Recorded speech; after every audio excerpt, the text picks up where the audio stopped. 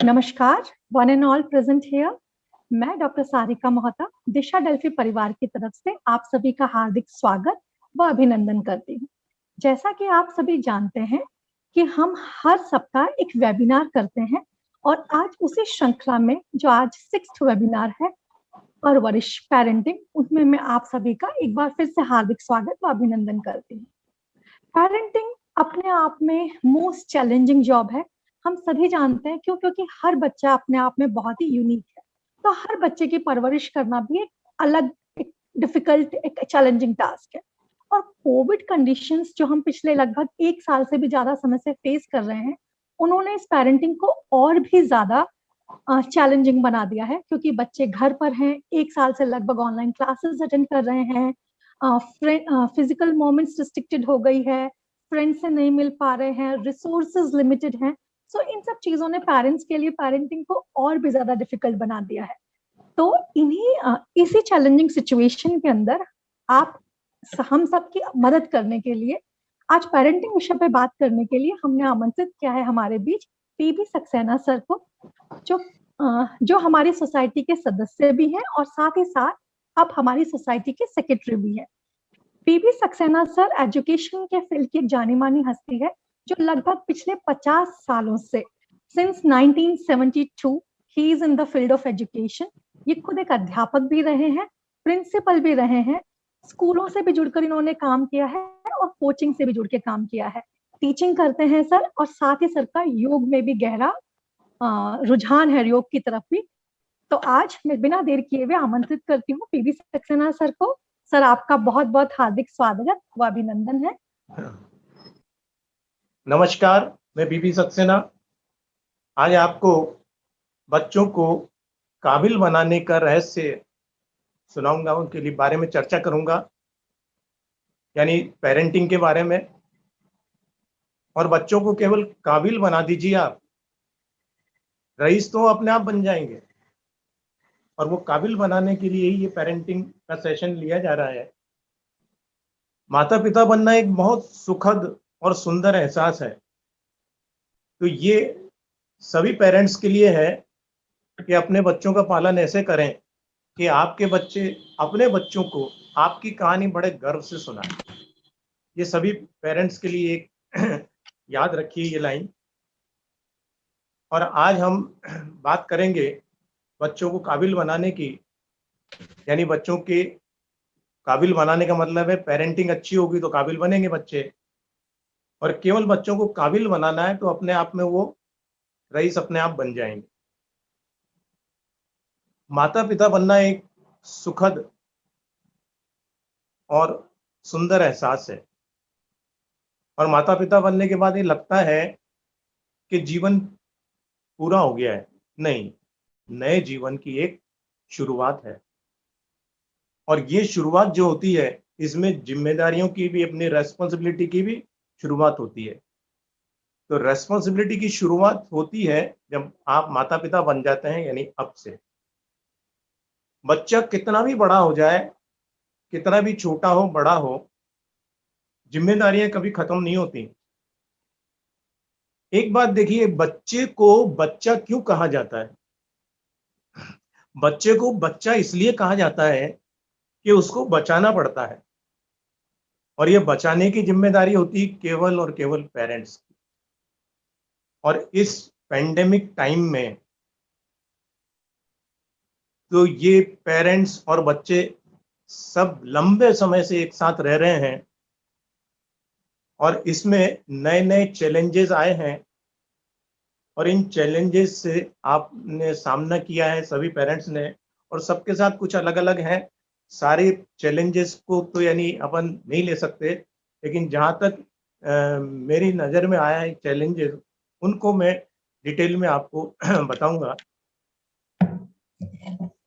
अब वो क्या है, पेरेंट्स भी घर पे हैं, बच्चे भी घर पे हैं, तो इस कोरोना की वजह से कई सारे बच्चों को और पेरेंट्स को भी इसका बहुत फर्क पड़ा है। एक तो फिजिकल हेल्थ का, मेंटल हेल्थ का, वेट बढ़ना, और बच्चों लगातार जो है ऑनलाइन क्लासेस में या मोबाइल से वीडियो गेम खेलने में, या टीवी लगातार, अब घर पे रह के क्या करेंगे, यही काम करते हैं, तो उसमें आंखें भी खराब उनकी हो रही हैं, आंखों पे भी फर्क पड़ रहा है, स्ट्रेस, टेंशन, ये सब बच्चों के साथ हो रहा है। और इसके लिए पेरेंट्स भी प्राणायाम, योग, एक्सरसाइज करें और बच्चे भी करें, तो इससे अपन कुछ निजात पा सकते हैं। बच्चों का और पेरेंट्स का रूटीन भी एकदम बिगड़ा है, क्योंकि एक रूटीन था कि सुबह उठ के स्कूल जाना, बैग तैयार करके, मम्मी पापा का भी यानी उसको तैयार करना, स्कूल के लिए भेजना। अब वो सारे इतने लंबे टाइम से घर पर हैं, तो वो सारा रूटीन भी बिगड़ गया है। उस रूटीन को भी अपन को मेंटेन करना है, और ये सारी चीजें अब धीरे धीरे अपन इसको आगे की स्लाइड में देखेंगे। लेकिन पहले देखते हैं कि पेरेंट का मीनिंग क्या है। Meaning of parent: P priority, A ambition, R respect, E example, N no negative talk, and T time to talk। एक एक करके इस अपन पेरेंट के मीनिंग को अपन समझते हैं डिटेल में। पी प्रायोरिटी, तो पहले देखते हैं अपन प्रायोरिटी। देखिए, डिसाइड आपको करना है, ये दुनियादारी के लिए को निभाने के लिए तो पूरा जिंदगी पड़ी हुई है, लेकिन बच्चे का उज्जवल भविष्य बनाने के लिए यही मौका है। ये मौका नहीं आएगा दोबारा, इसलिए आपको डिसाइड करना है कि दुनियादारी निभानी है कि पहले बच्चे का भविष्य बनाना है। तो प्रायोरिटी को आपको ही तय करना पड़ेगा। ए एम्बिशन, एम्बिशन पेरेंट्स क्या करते हैं, अपने एम्बिशन को बच्चे पे थोप देते हैं कि नहीं तेरे को डॉक्टर बनना ही है। अपना एम्बिशन कभी भी बच्चे पर मत थोपिए। बच्चा जो चाहता है, उसका जो एम्बिशन उसका है, उसको उसका साथ दीजिए आप। आस पड़ोस के बच्चे, रिश्तेदारों के बच्चे, इनसे कभी अपने बच्चे को कंपेयर मत करिए। ईश्वर ने अपने थंब इम्प्रेशन सबके अलग अलग बनाए हैं, तो ये बच्चे को भी अलग अलग यूनिक बनाया है। आप किसी से कंपेयर मत करिए। एक जैसे एक परिवार है, उसमें चाचा कहते हैं कि इसको डॉक्टर बनाओ, ताऊ कहते हैं कि नहीं इसको इंजीनियर बनाना है, और दादाजी कहते हैं कि नहीं इसको पत्रकार बनाना है, और उसके मामा कहते हैं कि नहीं इसको सीए बनाना है। लेकिन बच्चा बैठा बैठा चुपचाप सुनता है, वो कहता है मेरी भी तो सुन लीजिए आप। अब जब उससे पूछते हैं कि तेरे को क्या बनना है, तो बड़ी अच्छी सी बात कहता है कि ये तो मैं बाद में बन जाऊंगा, मेरे को पहले एक अच्छा इंसान बनना है। और वो अच्छा इंसान बनना के जहां बोला, तो वो सब कहने वाले सब चुप हो गए कि सबसे इंपॉर्टेंट बात जो है वो एक अच्छा इंसान बनने की है। डॉक्टर, इंजीनियर, पत्रकार, सीए, ये जो भी आपको बिजनेसमैन बनना है, वो तो बाद में बन जाएंगे। और वो सक्सेसफुल कब होगा? जो भी बनेगा वो पहले अच्छा इंसान होगा, तभी तो सक्सेसफुल रहेगा। अब देखिए, एक तीसरा लेटर आता है इसमें, आर, रेस्पेक्ट। बहुत इंपॉर्टेंट ये वर्ड है। रेस्पेक्ट का मतलब है कि बच्चा जो है, एक हर बच्चा यूनिक होता है। हर बच्चे में खूबियां भी होती हैं और कमियां भी होती हैं। पेरेंट्स क्या करते हैं, उसकी एक कमी को लेके उसके पीछे पड़ जाते हैं। उसकी कमी के पीछे मत पड़िए आप। अरे उसमें एक कमी है तो क्या हुआ, 50 खूबियां भी हैं उसमें। उसकी खूबियों का रेस्पेक्ट करना सीखिए। कमियों के पीछे पड़ते रहेंगे तो वो डिप्रेशन में चला जाए। और अगर उसकी खूबियों की आप तारीफ करेंगे, उसका रेस्पेक्ट करेंगे, तो उसको एनकरेजमेंट मिलेगा। ई एग्जाम्पल, आपको बच्चे को जैसा बनाना है, पहले उसका एग्जाम्पल खुद क्रिएट करिए। बच्चा वो नहीं करता जो हम कहते हैं, बच्चा वो करता है जो हम करते हैं। हमारे कहने और करने में भी रात दिन का अंतर होता है। और इसमें भगवान कृष्ण ने भगवत गीता में कहा, यद यदा चरित श्रेष्ठ तत् देवेतरो जनः। इस श्लोक में भी इसी बात को लिया गया है कि जैसा जैसा आप कहोगे वैसा वैसा बच्चा नहीं करेगा। लेकिन जैसा जैसा आप करोगे वैसा वैसा बच्चा करेगा। इन श्लोकों का मतलब भी अपन समझे और इसको पेरेंट्स के लिए बहुत इंपॉर्टेंट है। तो अगर आपको कुछ बच्चे से करवाना है, आपको बच्चे को जैसा बनाना है, पहले आप खुद भी वैसे बन जाइए, एक एग्जाम्पल अपने आप में क्रिएट करिए। इसको एक सिंपल मैथमेटिक्स के एग्जाम्पल से आपको समझाता हूँ, गणित से। तो नेक्स्ट स्लाइड, हाँ यस। अब देखिए, इससे समझिए, आप इस गणित के इस फॉर्मूले से समझिए, बहुत जल्दी समझ में आ जाएगा बच्चों पर क्या प्रभाव पड़ता है। प्लस इंटू माइनस, रिजल्ट क्या होता है, इज इक्वल टू माइनस, ये रिजल्ट होता है। Minus into plus is equal to minus, plus into plus is equal to plus, and minus into minus is equal to plus. तो ये result दिया है, ये बच्चे पर इफेक्ट है कि क्या इफेक्ट रहता है बच्चे पर। तो प्लस का मतलब पहले वाला मैं ले रहा हूं लाइन, कि बच्चे को जो आप चाहते हैं, बच्चे से आप जो चाहते हैं, प्लस का मतलब आप बच्चे से जो चाहते हैं, इंटू माइनस वो आप नहीं करते। प्लस का मतलब आप जो बच्चे से चाहते हैं, इंटू माइनस वो आप नहीं करते, तो रिजल्ट क्या होगा, नेगेटिव, बच्चे पर नेगेटिव इफेक्ट आएगा। दूसरा है माइनस इंटू प्लस, जो बच्चे से आप नहीं चाहते, क्या नहीं चाहते, अरे झूठ नहीं बोले, देर से उठना, आलस करना, ये सब आप नहीं चाहते बच्चे से। इंटू प्लस, जो आप बच्चे से नहीं, वो आप करते हैं, तो रिजल्ट क्या रहेगा, नेगेटिव। प्लस इंटू प्लस, बच्चे से जो चाहते हैं कि जल्दी उठना, सच बोलना, दूसरों का रेस्पेक्ट करना, बड़ों का रेस्पेक्ट करना, आलस नहीं करना, ये चाहते हैं, इंटू प्लस वही आप करते हैं, तो रिजल्ट रहेगा पॉजिटिव, यानी बच्चे पर उसका बहुत अच्छा प्रभाव पड़ेगा। और फोर्थ है माइनस इंटू माइनस, यानी आप बच्चे से जो नहीं चाहते, इंटू माइनस वो आप नहीं करते हैं, तो भी रिजल्ट पॉजिटिव रहेगा। तो बच्चे को पॉजिटिव अगर बनाना है, उस पर आपका अच्छा इफेक्ट पड़े, आप जैसा चाहते हैं वैसा बने, तो आपको भी पहले उसका एग्जाम्पल बनना पड़ेगा। नेक्स्ट इसमें लेते हैं, लेटर है एन, यानी no negative talk. No negative talk, देखिए क्या होता है, पेरेंट्स हैं, लड़ाई झगड़ा भी होता है और गुस्सा भी होते हैं अपन किसी पर।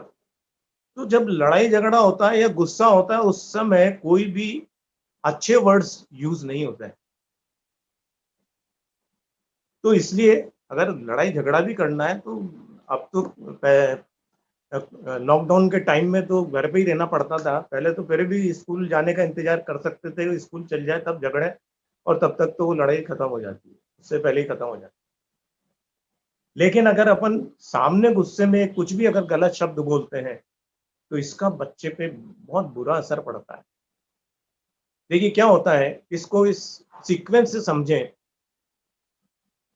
जो शब्द अपन बोलते हैं, जो वो वर्ड्स जो है, उसके दिमाग में उसकी पिक्चर बनती है बच्चे के, और जैसी पिक्चर बनती है बच्चे के दिमाग में, वैसी फीलिंग्स आती हैं। जैसी फीलिंग्स आती हैं, वैसे थॉट्स क्रिएट होते हैं, और जैसे थॉट्स क्रिएट होते हैं, वैसे बच्चे के एक्शन होने लगते हैं, यानी उसकी हैबिट वैसी बन जाती है। और जैसी हैबिट बन गई, जैसा एक्शन हुआ, वैसा ही बच्चे पर रिजल्ट, उसका असर पड़ जाता है। अब अगर आपको बच्चे को अच्छे संस्कार वाला बच्चा बनाना है, बच्चे को अच्छा बनाना है, तो करना क्या पड़ेगा, एक्शन, उसकी हैबिट को अच्छा करना पड़ेगा। और हैबिट अगर अच्छी बनानी है, तो उसके थॉट्स को अच्छे करने पड़ेंगे, और थॉट्स अगर उसके अच्छे बनाने हैं, तो उसमें फीलिंग्स अच्छी आनी चाहिए, और फीलिंग उसके अंदर अच्छी आए, तो इसके लिए उसके ब्रेन में पिक्चर भी अच्छी बननी चाहिए। और बच्चे के ब्रेन में पिक्चर अच्छी बनेगी, कब बनेगी, जब वर्ड्स भी वो अच्छे अपन यूज करेंगे, तो वही बच्चे के दिमाग में से पिक्चर बन जाएगी। बहुत फर्क पड़ता है इसका वर्ड्स का। जैसे दो बच्चे आपस में लड़ रहे हैं, तू मैं करके लड़ रहे हैं, आपस में लड़ रहे हैं, तू मेरा ये कर दूंगा, ये कर दूंगा, लेकिन एक तीसरा बच्चा अगर उनके पास आता है, और वो तीसरा बच्चा आके उनको कहता है, एक बच्चे को कहता है कि देख तुम दोनों आपस में लड़ तो रहे हो, लेकिन इसके थप्पड़ मत मार देना। अब क्या हो, उसके दिमाग में तो थप्पड़ शब्द था ही नहीं, तीसरे ने आके कहा थप्पड़ मत मार देना, तो उसके ब्रेन में पिक्चर क्या बनी उस शब्द से, थप्पड़ की, फीलिंग क्या आई, थप्पड़ की, थॉट क्रिएट हुआ थप्पड़ का, एक्शन थप्पड़, और रिजल्ट मार दिया थप्पड़। तो बच्चे को अपन अच्छे शब्द अगर यूज करें, उस समय अगर वो थप्पड़ नहीं मारने की कोई और पॉजिटिव बात कहता, तो वो उनके झगड़े भी खत्म हो जाते। नेक्स्ट है T, time to talk. Time to talk, और ये बच्चे को पेरेंट का जो लास्ट लेटर है, अब वो टाइम टू टॉक यानी बच्चे की बात सुनने का बच्चे को मौका भी दीजिए, कुछ वक्त तो गुजारिए बच्चों के साथ। तो ये तो हुआ पेरेंट का पूरा मतलब, कि पेरेंट का मतलब क्या है। अब आगे अपन देखते हैं कि कैसे करना है इन सारे कामों को, इन सारी बातों को। पहले देखते हैं कि टाइप्स ऑफ पेरेंट्स, कितने टाइप के पेरेंट्स हैं। पहली टाइप के पेरेंट हैं ऑथोरिटेरियन पेरेंट्स, यानी ऐसे पेरेंट्स जो ये कहते हैं कि जैसा बोला वैसा कर, जितना बोला उतना कर, यानी बच्चे को बोलने का मौका नहीं, उसको क्या करना है वो कुछ नहीं, अपनी पूरी जो है अधिकार अपना पूरा बच्चे पे डालना। तो क्या होगा, इस तरह के पेरेंट्स से क्या बच्चा अच्छा बनने लगेगा? वो एकदम बच्चे की साइकोलॉजी जो है वो दबके रह जाएगी। दूसरे टाइप के पेरेंट्स हैं डेमोक्रेटिक पेरेंट्स। और डेमोक्रेटिक पेरेंट्स क्या होते हैं कि वो आपस में बच्चों के साथ भी मिल बैठकर बातें करते हैं, बच्चों को अपनी चर्चाओं में इन्वॉल्व करते हैं, उनकी भी सुनते हैं और अपनी भी सुनाते हैं। एक शेयरिंग वाला एक माहौल जो बनता है, वो कहलाता है डेमोक्रेटिक पेरेंट्स। तीसरी टाइप के पेरेंट्स होते हैं परमिसिव पेरेंट्स, जिनका डिसिप्लिन पर कोई ध्यान ही नहीं, जो तेरा मन आए वो करता रहे। अति दयालु, यानी वो बच्चे को बिल्कुल भी जरा सा भी कष्ट नहीं देना चाहते, जो उसको चाहिए वो सब कुछ दिला देते हैं, अपना पल्ला झाड़ लेते हैं, और महंगे महंगे मोबाइल दिला देंगे, महंगी महंगी बाइक दिला देंगे। यानी उन पेरेंट्स को बच्चे से कोई मतलब ही नहीं होता, परमिसिव पेरेंट्स। और चौथे टाइप के होते हैं नेग्लेक्टफुल, यानी अनइन्वॉल्व पेरेंट। वो पेरेंट क्या करते हैं कि क्या कर रहा है कोई मतलब नहीं, किससे दोस्ती कर रहा है कोई मतलब नहीं, कहाँ जा रहा है कहाँ आ रहा है इससे कोई मतलब नहीं। पेरेंट्स को कुछ पता नहीं रहता कि बच्चा कर क्या रहा है। अब ये चार टाइप के पेरेंट्स में कोई ना कोई टाइप के पेरेंट्स यानी आप में से होंगे, लेकिन बेस्ट पेरेंट्स वाला कौन होगा? Best parent democratic parent. और ये डेमोक्रेटिक पेरेंट बनेंगे तो बच्चे आपके अच्छे इंसान बनेंगे। और ये बहुत जरूरी है पेरेंटिंग के लिए, बच्चे को काबिल बनाने के लिए, कि आप डेमोक्रेटिक पेरेंट नहीं बनिए। मत करो प्लीज। अब लेते हैं अपन कुछ पेरेंटिंग टिप्स। पेरेंटिंग टिप्स देखिए, ये स्ट्रेस फ्री और हैप्पी पेरेंट्स अगर बनना है, स्ट्रेस फ्री बनना है, हैप्पी पेरेंट बनना है, सक्सेसफुल पेरेंट का आपको बनना है, तो इसके लिए हमारे शास्त्रों में हजारों साल पहले मनुस्मृति में ये पेरेंटिंग की ये टिप लिख दी गई। लाल येत पंच वर्षाणि 10 वर्षाणि ताड़येत, प्राप्त तु षोडशे वर्षे पुत्रम मित्र बदा चरेत।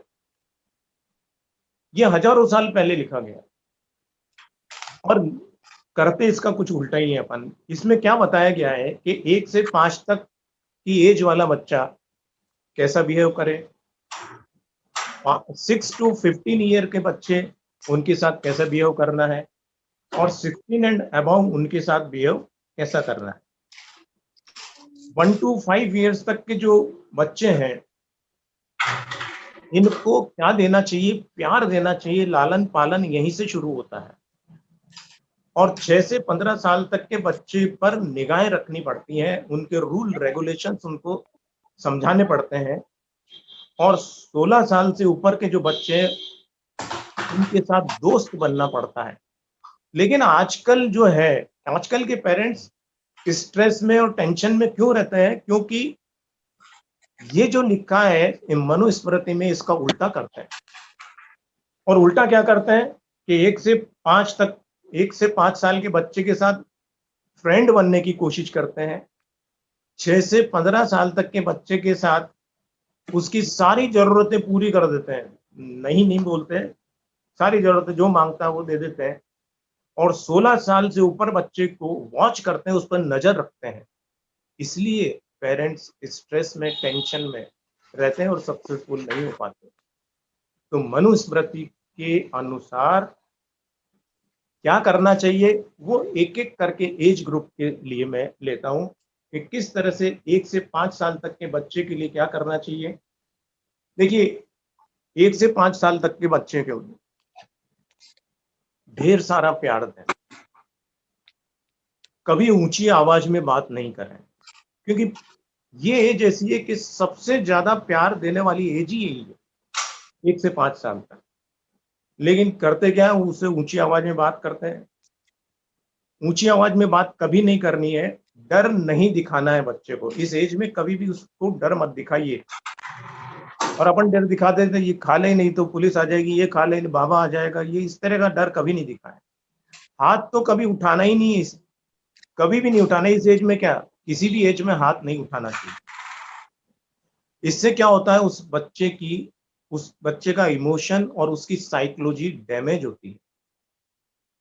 और बच्चे का लालन पालन करने का सबसे बढ़िया समय यही है। इस समय उसको, बच्चे को इमोशन की सबसे ज्यादा जरूरत है। ज्यादा से ज्यादा वो जो चाहता है खेलना, उसके साथ खेलें। क्या होता है कि 1 साल तक तो अपन बच्चे को बोलना और चलना सिखाते हैं, लेकिन उसके बाद जब वो बोलना भी लग जाता है और चलने भी लग जाता है और खूब दौड़ने भी लग जाता है और खूब बात करने भी लग जाता है, फिर अपन उससे कहते हैं चुप बैठ, चुप बैठ। जो कुछ सिखाया उससे आप उल्टा कर रहे हैं। बोलना सिखाया तो कह रहे हैं चुप हो जा, चलना सिखाया तो कह रहे हैं बैठ रहे। तो ये इस तरह का नहीं, बच्चे में वो जो एक्टिविटीज होती है उसको भी एंजॉय करना है। वो उसमें वो इंटेलिजेंट है तभी ज्यादा से ज्यादा बात कर रहा है और ज्यादा से ज्यादा वो एक्टिव हो रहा है। तो उसको कभी चुप बैठने के लिए नहीं कहें, बल्कि उसके साथ जो वो कह रहा है खेलने की, वो खेल आप भी कहें। देखिए, इस समय मैंने बताया कि प्यार बहुत ज्यादा बच्चे को करना चाहिए, क्योंकि प्यार से बात करने से बच्चे में विश्वास बढ़ता है। और जितना विश्वास बढ़ेगा तभी तो बच्चा आगे बढ़ेगा। एक मेरे को लाइन याद आ रही है, एक पिक्चर है, पुरानी पिक्चर, सीमा पिक्चर है, उसमें मन्ना डे का एक गाना है, तो उसकी 2 लाइनें मैं आपको बता रहा हूँ।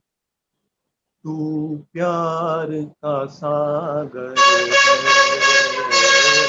तू प्यार का सागर है, तेरी एक बूंद के प्यासे हम, तेरी एक बूंद के प्यासे हम, तू प्यार का सागर। ये 2 लाइनें, इसमें पूरी पेरेंटिंग का मतलब आ जाता है। तू प्यार का सागर है, ये बच्चा पेरेंट्स को बोल रहा है, तू प्यार का सागर है, तेरी एक बूंद के प्यासे हम। इस लाइन को पेरेंट्स बच्चे के लिए बोल रहे हैं कि एक अच्छा इंसान बनने की एक बूंद की प्यासे हैं हम।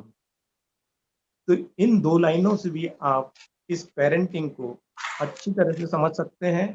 तो इसमें 1 से 5 साल तक बच्चे को ढेर सारा प्यार दीजिए। प्यार तो आगे की एज में भी देना है, लेकिन आगे की एज में क्या होता है कि उससे बच्चे से अपन को और भी अपन को काम कराने पड़ते हैं, और भी उसको डिसिप्लिन वगैरह जब सिखाना पड़ता है, तो प्यार से ही सिखाना चाहिए।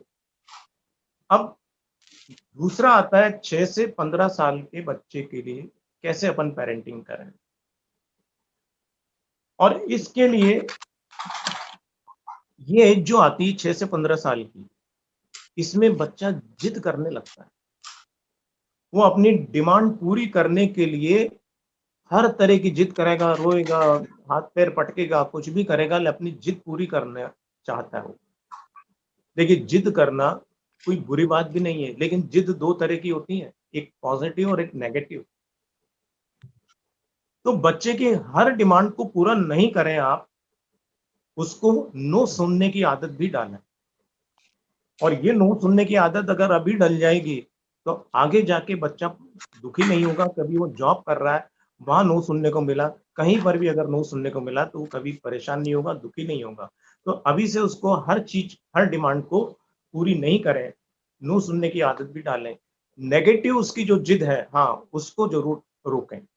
लेकिन जिद दशरथ मांझी, उसकी जिद से ही तो उसने पहाड़ को चीर कर रास्ता बनाया था।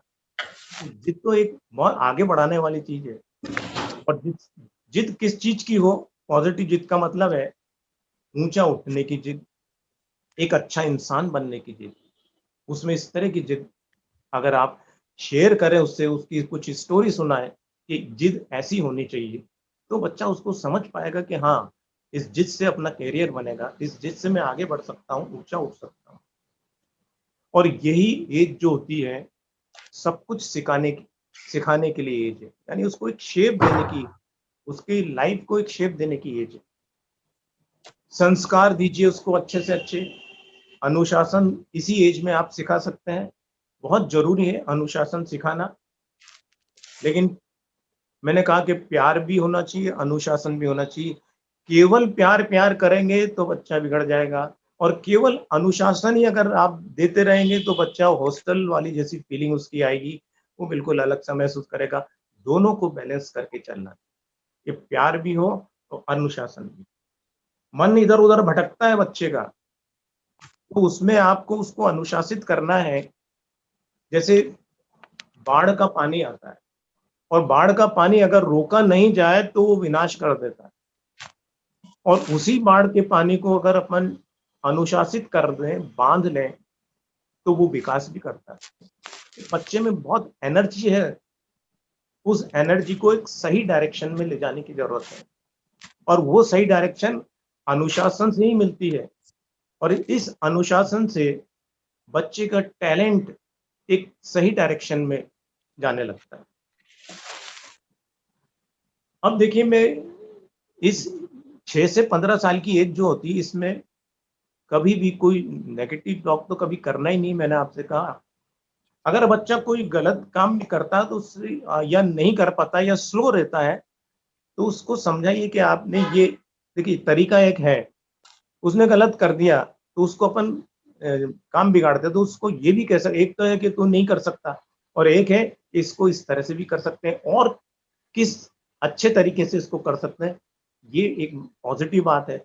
और एक तू ये कर ही नहीं सकता, ये नेगेटिव बात। तो उसको एक एनकरेज करने के लिए, कुछ उसने गलत तरीके से काम किया है तो उसको अपन एनकरेज करें कि इसको और अच्छे तरीके से कैसे कर सकते हैं, तो वो और ज्यादा करने की कोशिश करेगा। तो ये मत कहिए उसको। कई बार क्या होता है, बच्चा अभी स्लो रहता है लेकिन उसकी जो हिडन पावर है वो कभी भी निकल के आ जाती है। एक छोटी सी कहानी आपको बताता हूँ। 2 बच्चे थे, एक 8 साल का और एक 10 साल का। 8 साल का बच्चा थोड़ा वीक था, और 10 साल का बच्चा अच्छा हैवी था। दोनों अच्छे दोस्त थे। वो गांव से निकलकर जंगल की तरफ घूमने चले गए।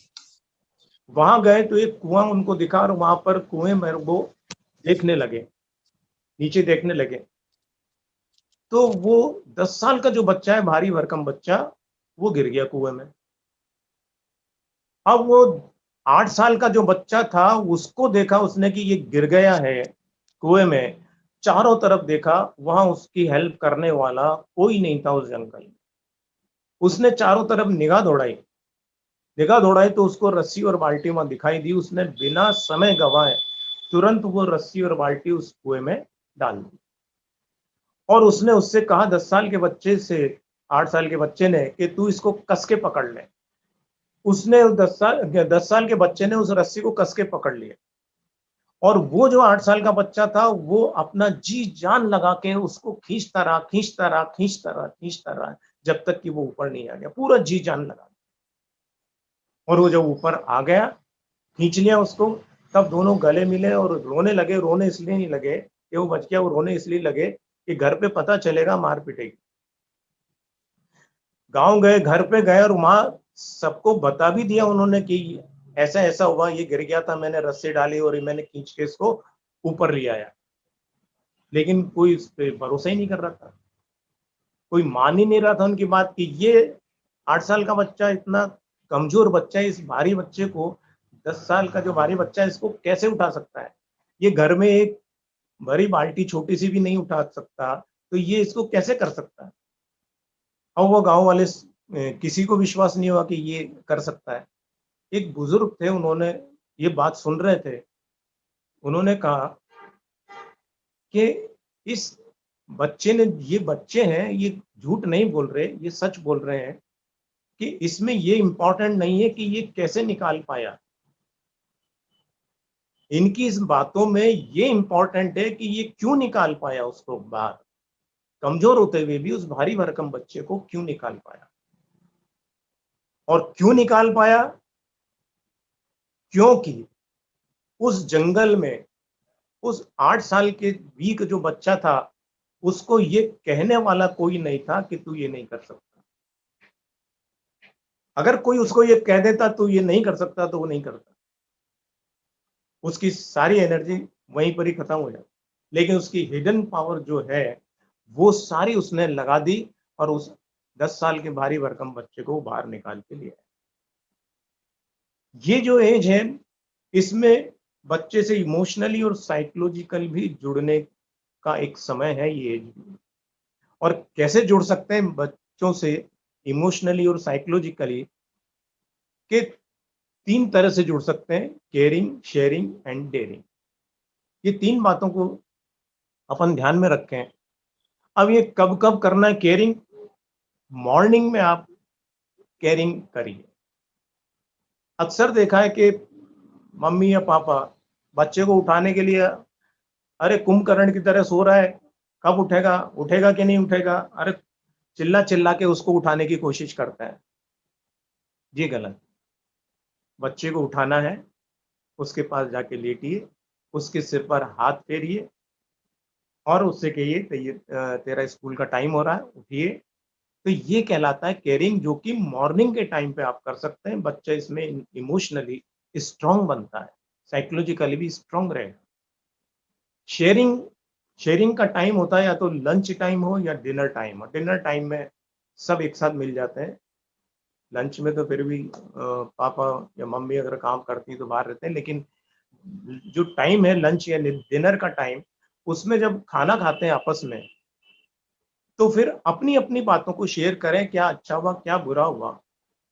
और जब बच्चों की बातें सुनते हैं और बच्चा आपकी बात सुनता है, तो इसमें वो डेमोक्रेटिक पेरेंट वाली फीलिंग आती है। ये शेयरिंग वाला टाइम होता है। और तीसरा है डेयरिंग। डेयरिंग ये है रात को सोते समय बच्चे को पॉजिटिव स्टोरी सुनाए, बच्चे को जो गोल आप देना चाहते हैं उसकी स्टोरी सुनाए, उसकी मोटिवेशनल स्टोरी सुनाए।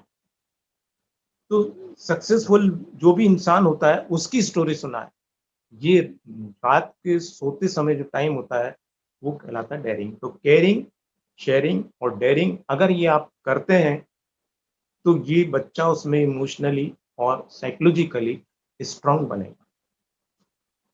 और तीसरी जो एज है, ये है 16 एंड अबव वाली।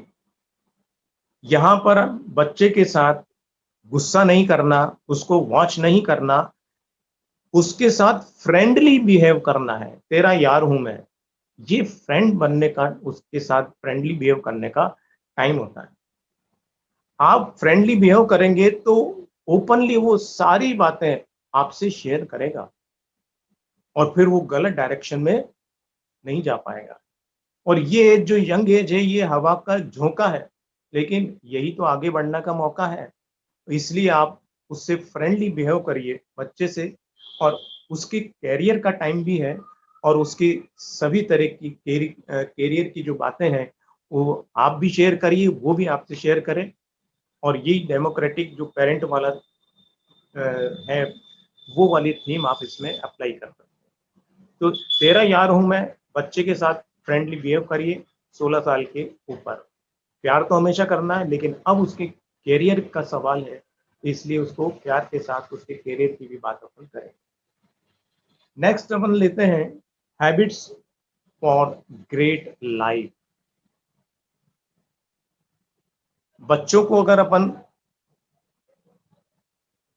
ऐसी हैबिट क्रिएट कर दें कि वो एक ग्रेट लाइफ, पूरी लाइफ को एंजॉय कर सके, एक सक्सेसफुल इंसान बन सके, एक अच्छा इंसान बन सके, और उसके लिए ये GREAT, इसको अपन देखते हैं कि क्या क्या आदतें हैं, क्या क्या हैबिट्स अपन बच्चे में डाल सकते हैं जिससे वो अपनी लाइफ को और महान बना सके। पहला है गिविंग। देने की आदत डालिए बच्चे में, क्योंकि देने वाला कितना भी दे दे, ऊपर वाला उसका हाथ कभी खाली नहीं रखता। देने की आदत डालिए, और लेने वाला का कभी पेट नहीं भरता।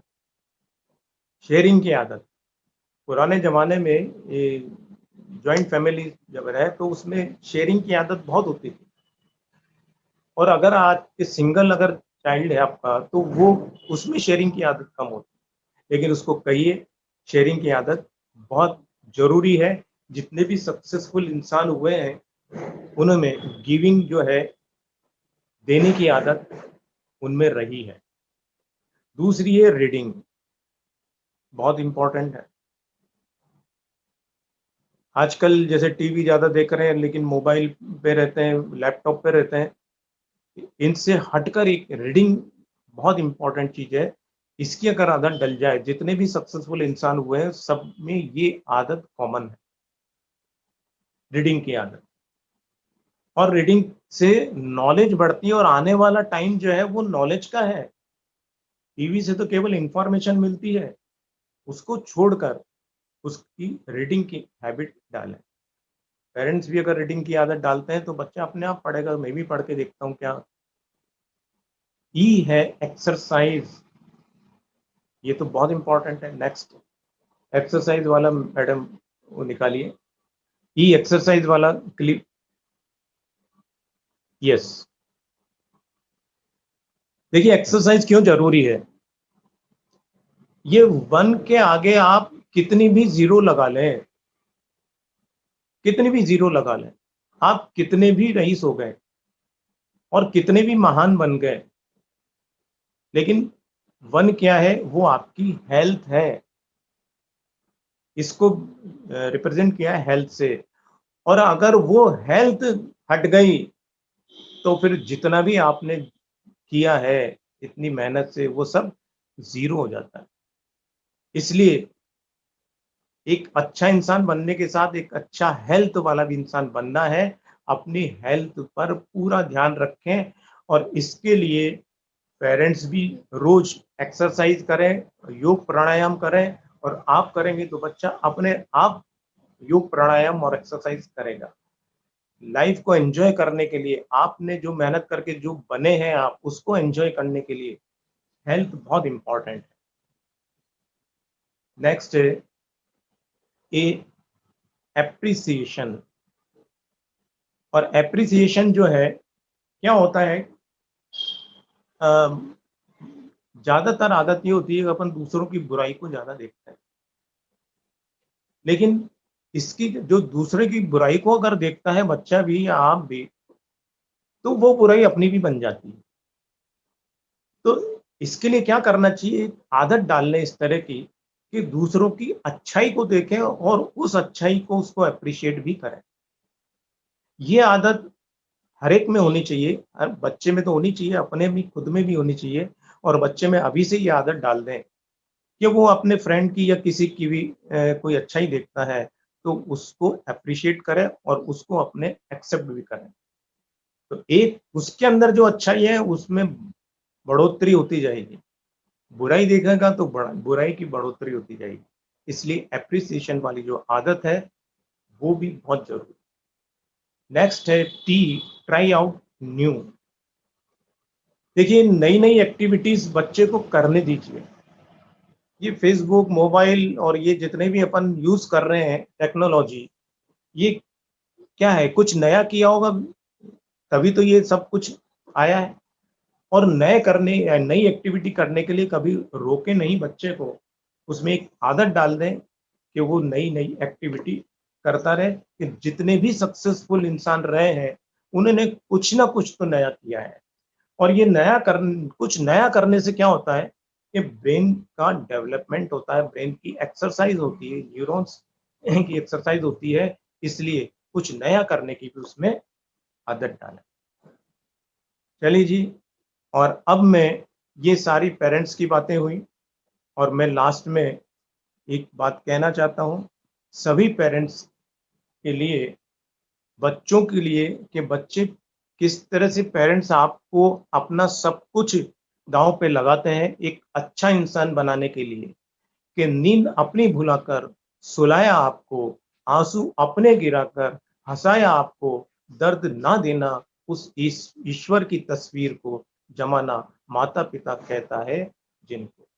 और ये बच्चों की से मैं रिक्वेस्ट करता हूँ कि आपके पेरेंट्स ने जो कुछ आपके लिए किया है तो वो, और इसकी परख तभी होती है कि पेरेंट्स ने आपके लिए कितना किया है, कि जब वो बच्चा अपने आगे जाके अपने पेरेंट्स का कितना ध्यान रखता है, इससे परख होती है कि किसने बच्चे ने या किस पेरेंट ने अपने बच्चे के लिए कितना किया है।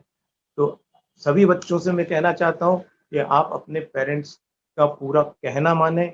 आपके पेरेंट्स जो है वो ईश्वर का एक रूप है, उन्होंने आपके लिए सब कुछ त्याग करते हैं।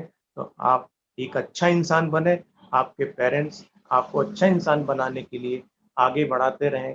थैंक यू, धन्यवाद। मैं धन्यवाद करना चाहूंगी पीबी सक्सेना सर का कि सर आपने बहुत ही अच्छा व्यक्तित्व दिया। सर जो है वो केमिस्ट्री से संबंध रखते हैं, तो सर ने यहाँ पर भी अपनी बात को हमें समझाते हुए केमिस्ट्री के इक्वेशंस का बखूबी हाँ, इस्तेमाल वो किया। केमिस्ट्री को मैं दिमाग में हूँ तो केमिस्ट्री चलती रहती है ना, जी वो सर। सीक्वेंस रिएक्शन जो होती है ना। Yes, and we really liked it. मतलब मुझे बहुत अच्छा लगा जो आपने यूज किया कि हम जो नहीं चाहते अपने बच्चों से, और अगर हम वो करते हैं तो बच्चा हाँ, नेगेटिव, तो द रिजल्ट इज नेगेटिव। तो नेगेटिव। बहुत अच्छा था। और सबसे इम्पोर्टेंट जो मुझे आपकी एक बात बहुत ही अच्छी लगी वो ये कि आपने, मतलब हम बोलते हैं ना कि कुछ वक्त तो गुजारिए तो यहाँ जाइए, बट आपने एक बहुत अच्छी लाइन गुजार, मतलब बहुत एक अच्छी लाइन बोली कि कुछ वक्त को गुजारिए अपने गुजारिए बच्चों के बच्चों के साथ साथ। में, जो हाँ, सबसे इम्पोर्टेंट बात है। तो हाँ, आपने, पेरेंटिंग जो है बहुत ही कॉम्प्लिकेटेड टास्क है, बहुत चैलेंजिंग टास्क है, और उसके बहुत सारी चीजों को आपने बहुत छोटे छोटे सूत्रों के अंदर समेटा। तो ये बहुत, मुझे लगता है कि ये सबके लिए, हमारे जो पेरेंट्स हैं सबके लिए। उनके लिए बहुत ही लाभप्रद रहेगा। हम्म। आपने अपने व्यक्तित्व में सिर्फ पेरेंट्स के लिए नहीं, बच्चों को भी संदेश दिया कि वो किस तरीके से, उनके पेरेंट्स जो हैं उनके ऊपर कितनी मेहनत करते हैं, तो अपने पेरेंट्स को रिस्पेक्ट करें। So I feel it's a very healthy and I can say very knowledgeable for all of us. जी। सर एक सवाल है, कोविड टाइमिंग्स हैं, बच्चे घर पर हैं, आपको सबको पता है, इस समय जो पेरेंट्स के साथ सबसे बड़ी प्रॉब्लम आ रही है वो है रिसोर्सेज। मतलब बच्चों के पास लिमिटेड रिसोर्सेज है, बच्चे बाहर जा नहीं पा रहे हैं, फ्रेंड्स के साथ खेल नहीं पा रहे हैं। तो उन सब चीजों के बीच में बच्चों को हम पॉजिटिव एंड मोटिवेटेड कैसे रखें? देखिए बहुत जरूरी है ये सबके लिए है। अपन भी फील करते हैं कि हम भी बाहर नहीं जा पा रहे हैं। तो अगर नहीं जा पा रहे तो अपन फोन से, बच्चों से कहिए फोन से अपने फ्रेंड से बात करें, उनसे बात शेयर करें। अब बाहर जाने में तो बच्चों को अभी घर पे ही कुछ ऐसे खेल खेलें बच्चों के साथ, पेरेंट्स भी और बच्चे भी। कई सारे हैं गेम्स जो अपन घर पे भी खेल सकते हैं, इंडोर गेम। और योग प्राणायाम अगर करें तो उससे एक पॉजिटिव थॉट भी अपने आता है और दिन भर पूरी एनर्जी अपन को मिलती है। तो ये योग प्राणायाम करें या फिर अपन घर पे ही इंडोर गेम को खेल सकते हैं। रीडिंग, जैसे मैंने कहा कि बुक्स को पढ़ना बहुत इम्पोर्टेंट है, उनको एक आदत डाल दीजिए बुक्स पढ़ने की, तो उससे बच्चा सोचता है कि कुछ करने की, और उसके दिमाग में थोड़ी एक्टिविटीज चलती हैं, तो वो बहुत जरूरी है। रीडिंग की आदत उसकी डाली है। जी और सर। उसके लिए यानी स्टोरी बुक यानी जो भी नेट पे भी मिल जाती है कई स्टोरी, मोटिवेशनल स्टोरी, जो गोल आप बच्चे के लिए लेना चाहते हैं वैसी उसको स्टोरी भी आप सुना सकते हैं मोटिवेशनल, खुद भी सुना सकते हैं या अपन किसी बुक की भी अपन सुना सकते हैं। जी सर, बहुत सही कहा आपने कि हम बच्चों के अंदर कोई ना कोई एक शौक डेवलप करें, कोई ना कोई एक हॉबी डेवलप करें, that hobby can serve as a role as of a friend for life, right हाँ, सर? एक यानी म्यूजिक बहुत बढ़िया यानी होता है, यानी खुद के लिए भी और बच्चे के लिए भी। अगर बच्चे में शौक है म्यूजिक का, तो फिर किसी की जरूरत नहीं पड़ती, उसको कुछ ना कुछ इंस्ट्रूमेंट या गाने के लिए भी कहें कि तुम गा के दिखाओ, या कुछ इंस्ट्रूमेंट ला के देते हैं। मैंने ये जो हमारे बच्चे थे, हम जब गर्मी की छुट्टियां होती थी, तो मैंने कहीं बाहर जाके कुछ नहीं सीखा, मैं घर पे कभी बांसुरी बजाता, कभी माउथ ऑर्गन बजाता, और वो मैंने अपने आप ही सब कुछ सीख लिया था, तो मैंने किसी से सीखा भी नहीं। तो एक थोड़ी सी हॉबी एक क्रिएट करें कुछ नया सीखने की, वो मैंने जब अभी कहा इसमें ट्राई टू न्यू, तो उसमें कुछ नया सीखने की, उसमें एक म्यूजिक भी आपका हो सकता है कि म्यूजिक सीखने का अगर बच्चा कहता है तो उसको पूरा उसको प्रोत्साहित करें उसको सीखने के लिए। गाने सुनता है बहुत अच्छी बात है, लेकिन गाने भी आजकल दो तरह के होते हैं सुनने के लिए भी। एक तो गाने वो होते हैं जो समझ में नहीं आते, और दूसरी तरह के गाने वो होते हैं जिनको नहीं समझो तो ही अच्छा है। ये दो तरह के गाने होते हैं। तो लेकिन गाने सुने तो बच्चे के साथ देखें वो किस तरह के गाने सुन रहा है, और म्यूजिक का कोई इंस्ट्रूमेंट ला के दें बच्चे को। अरे वो कुछ भी करेगा, टू टू टू कुछ भी करेगा, लेकिन करेगा तो सही ना, बिजी तो रहेगा, मन लगेगा उसका। और अगर मन लग गया और सीख गया तो और इंटरेस्ट उसका बढ़ जाएगा उसमें, हो सकता है म्यूजिक के डायरेक्शन में ही कुछ अलग काम कर सके। हमारे साथ जुड़े हैं हमारे सोसाइटी के प्रेसिडेंट के महेश्वरी सर। जैसा कि आपको पता है कि के सर का बहुत रुझान रहता है पेरेंटिंग की तरफ, तो मैं हाँ, आमंत्रित करना चाहूंगी के महेश्वरी सर को कि वो चंद शब्द कहें, और उनके मन में कोई सवाल है तो वो अवश्य पूछे। के सर, आप सुन पा रहे हैं हमें? हाँ जी, अब सुन पा रहे हैं। जी सर, बिल्कुल आपको सुन पा रहे हैं। आपका बहुत बहुत स्वागत है, अभिनंदन सर। अभिनंदन सक्सेना सर का। जी उन्होंने सर। बहुत ही सरल शब्दों में एक ऐसा विषय जो सरल भी और साथ में बहुत कठिन भी है, एक विज्ञान भी है और एक कला भी है, उसको बहुत ही ऐसे शब्दों में व्यक्त किया कि हर एक व्यक्ति को आसानी से समझ में आ जाता है। और समय इतना तेज है, बच्चे हमारे इतने ऊर्जावान हैं, उनकी उस ऊर्जा को सही डायरेक्शन में मोटिवेट करने के लिए आपने बड़े अच्छे अच्छे टिप्स दिए, सुझाव दिए, जिनको काम में लेकर के हम हमारे बच्चों को उज्जवल भविष्य वाला सही इंसान, एक नेक इंसान, एक सफल इंसान बना सकते हैं। सर, आपका बहुत बहुत धन्यवाद। बहुत ही अच्छे शब्दों में आपने इस विषय को सबके लिए प्रस्तुत किया, उदाहरण भी दिए आपने बहुत अच्छे अच्छे। लेकिन जो आपकी सबसे महत्वपूर्ण बात मुझे लगी वो है पेरेंट्स का स्वयं का उदाहरण प्रस्तुत करना। अगर हमारा ही उदाहरण सही नहीं है तो हम बच्चों को वो चीजें नहीं समझा सकते जो हम स्वयं करते हैं, कि उसको नहीं करने के लिए अगर हम बोलेंगे तो नहीं समझ में आएगी। बच्चा बच्ची दोनों समान है। नॉर्मली हम जब बात करते हैं तो हो सकता है कि मेरी छोटी छोटी गुड़िया बालिकाएं ये महसूस कर रही हो कि सर सिर्फ बच्चा बच्चा बोल रहे हैं, which is only for male child. ऐसा नहीं है, बच्चा यानी दोनों ही हैं। बच्चे में दोनों ही आ तो जाते हैं। दोनों ही आ जाते हैं, हाँ, बिल्कुल दोनों ही आ ठीक है। जाते हैं। लेकिन बच्चों में उत्कंठा आ जाती है कि सर आप तो सिर्फ ही के लिए बोल रहे लगते हो, नहीं पर नहीं, ऐसा बच्चे नहीं है। बच्चे में ही और शी दोनों इन्वॉल्व है। जी जी जी। हाँ। तो बहुत अच्छा है साहब, और आज की जरूरत है बहुत बड़ी, और गुणात्मक समय देना बहुत जरूरी है बच्चों को। पेरेंट्स के पास समय भले ही कम हो, लेकिन वो गुण रूप से अगर अच्छा होगा तो वो ज्यादा असर करेगा। और ये आपने बहुत ही अच्छे तरह से समझाया। बहुत बहुत साधुवाद, धन्यवाद। आपका बहुत बहुत धन्यवाद के सर, कि आपने बहुत अच्छे से हमें बताया कि हम जो पेरेंट्स हैं, आपने इसको पॉइंट आउट किया अलग से कि पेरेंट्स अपने आप को as a role model exemplify करें। और मुझे पीबी सक्सेना सर की एक और बात जिसको मैं वापस रिपीट करना चाहूंगी हमारे सभी दर्शकों के लिए, खासकर हमारे पेरेंट्स के लिए, कि बच्चों को बहुत सारा प्यार करें, प्यार से अपनी बात समझाएं, अपने आप को उदाहरण के रूप में प्रस्तुत करें, लेकिन बच्चों पर कभी हाथ नहीं उठाएं। हाथ उठाना बच्चों के लिए साइकोलॉजिकली और मेंटली बिल्कुल भी सही नहीं है। मैडम, मैंने इन्हें 50 साल में, लगभग 50 साल हो रहे हैं, अब मैंने किसी बच्चे पे हाथ नहीं उठाया। एज ए टीचर मैंने कभी किसी बच्चे पे हाथ नहीं उठाया, लेकिन बच्चे को मैंने कंट्रोल में भी रखा है, बच्चों को, लेकिन बिना हाथ उठाए रखना चाहिए। कि बात सबको, टीचर के लिए भी है, पेरेंट्स के लिए भी है। बिल्कुल सर, जैसे कि हमारे यहाँ पर शुरू से कहते हैं कि जो डर होता है या भय होता है वो नजरों का होना चाहिए, नजरों हाथ का होना उठाने की नौबत नहीं आनी चाहिए पेरेंट्स को कभी भी। क्योंकि आपने एक बार हाथ उठा दिया, मतलब वो नजरों की शर्म एक बार खत्म हुई, उसके बाद में आप कुछ भी करते रहिए, कुछ भी नहीं बचता है। तो मैं सहमत हूँ आपकी बात से।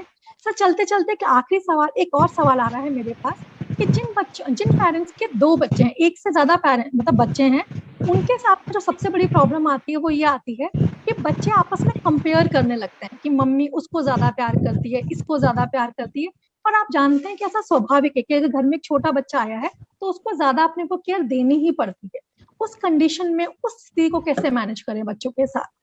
देखिए, बच्चे को कभी ऐसा फील होने ही नहीं देना चाहिए पेरेंट्स को कि ये 2 बच्चे हैं या 3 बच्चे हैं तो किसको ज्यादा करते हैं, किसी को कम करते हैं, ये फीलिंग आनी नहीं चाहिए। और बच्चे को भी समझना चाहिए कि जो प्यार होता है वो सबके लिए बराबर होता है।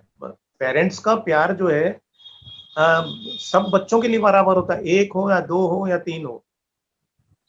पुराने जमाने में 5-6 बच्चे होते थे, तो उस समय तो हमने सोचा ही नहीं कि किसको ज्यादा प्यार कर रहे हैं, किसको कम प्यार कर रहे हैं। हाँ, बच्चे आपस में ही एक दूसरे को प्यार ज्यादा कम कर सकते हैं, लेकिन पेरेंट्स का प्यार कभी किसी भी बच्चे के लिए कम नहीं होता। बच्चा अपने फील कर सकता है, लेकिन उसको भी ये समझाएं पेरेंट्स कि प्यार सबको बराबर होता है। अब हाँ, ये हो सकता है कि किसी को कोई चीज ज्यादा दे दी, किसी को कम दे दी। अब जिसको ज्यादा अच्छी लग रही है उसको ज्यादा दे दीजिए। तो लेकिन बच्चे के लिए, बच्चे को भी समझना और पेरेंट्स को भी समझाना है कि प्यार जो है वो कभी किसी के साथ कम नहीं होता। पूरी जिंदगी भर प्यार एक सा ही बना रहता है पेरेंट्स का। जी सर, तो बच्चे तो, पेरेंट्स तो अपने बच्चों को बराबर प्यार करते ही हैं। और मुझे लगता है कि प्यार का जो एक और रूप होता है वो कई बार कठोरता और अनुशासन भी होता है। हर चीज बच्चे के मांगने पर उसे दे देना प्यार नहीं है, गलत क्योंकि वो नहीं, आगे जाके उसका भविष्य खराब कर सकती है। राइट यही सर? मैंने आपसे कहा था। हाँ जी, आप ही की बात को कह रही हूँ सर। आप ही ने हाँ बोला जी, था कि बच्चों को गलत जिद करने से रोकिए। जी यानी देखिए, प्यार और डिसिप्लिन ये 2 चीजें हैं, इसको बैलेंस करके चलना पड़ता है। केवल प्यार देंगे तो बिगड़ जाएगा, केवल डिसिप्लिन देंगे तो वो उसको हॉस्टल जैसी फीलिंग आएगी कि मैं अलग रहता हूँ। तो इसको बैलेंस करके चलना पड़ेगा। जी सर, आज हमारे क्योंकि समय की सीमा समाप्त हो रही है, मैं आशा करती हूँ कि हमारे दर्शकों को आज के इस वेबिनार से बहुत इंफॉर्मेशन मिली होंगी, बहुत सारे ऐसे टेकअवेज मिले होंगे जो से जिन्हें वो अपनी लाइफ में यूज कर सकते हैं और अपने बच्चों के साथ में उसका इस्तेमाल कर सकते हैं। सो जाते जाते मैं पीबी सक्सेना सर को बहुत बहुत धन्यवाद बोलना चाहूंगी, के सर को, हमारी सोसाइटी के जुड़े हुए सभी सदस्यों को, हमारे अभिभावकगण, जो हमारे बच्चे हैं, और साथ में हमारे टीचर्स, सभी को बहुत बहुत धन्यवाद। गोविंद सर का साथ में मैसेज आ रहा है, श्रेष्ठतम वार्ता। गोविंद सर, अगर आप चलते चलते अपने आप को अनम्यूट करके कुछ कहना चाहें तो बोल सकते हैं। मेरा सभी से अभिवादन, और निश्चित रूप से इतनी सार्थक, सकारात्मक, प्रासंगिक और समय के हिसाब से बहुत ही उपयोगी वार्ता और परिचर्चा सक्सेना सर ने भी अपने अनुभव के आधार पर, और के सर ने भी, और सबने मिलकर जिस तरह से पार्टिसिपेशन किया, मुझे बड़ा अच्छा लगा। मैं चूंकि यहाँ हूँ नहीं और किसी फंक्शन में हूँ, लेकिन सबको बहुत बहुत शुभकामनाएं करता हूँ। धन्यवाद। आपकी शुभकामनाएं, मार्गदर्शन और प्रेरणा के लिए आपका बहुत बहुत धन्यवाद सर। तो अब हम विदा लेते हैं, अगले सप्ताह फिर मिलेंगे। उससे पहले देखो फिर मिल रहे हैं कि पीबी सक्सेना सर से सुबह 7 o'clock मॉर्निंग के अंदर योगा करने के लिए। सो तब तक के लिए नमस्कार, ध्यान रखिए अपने और अपनों का। जी नमस्कार सर।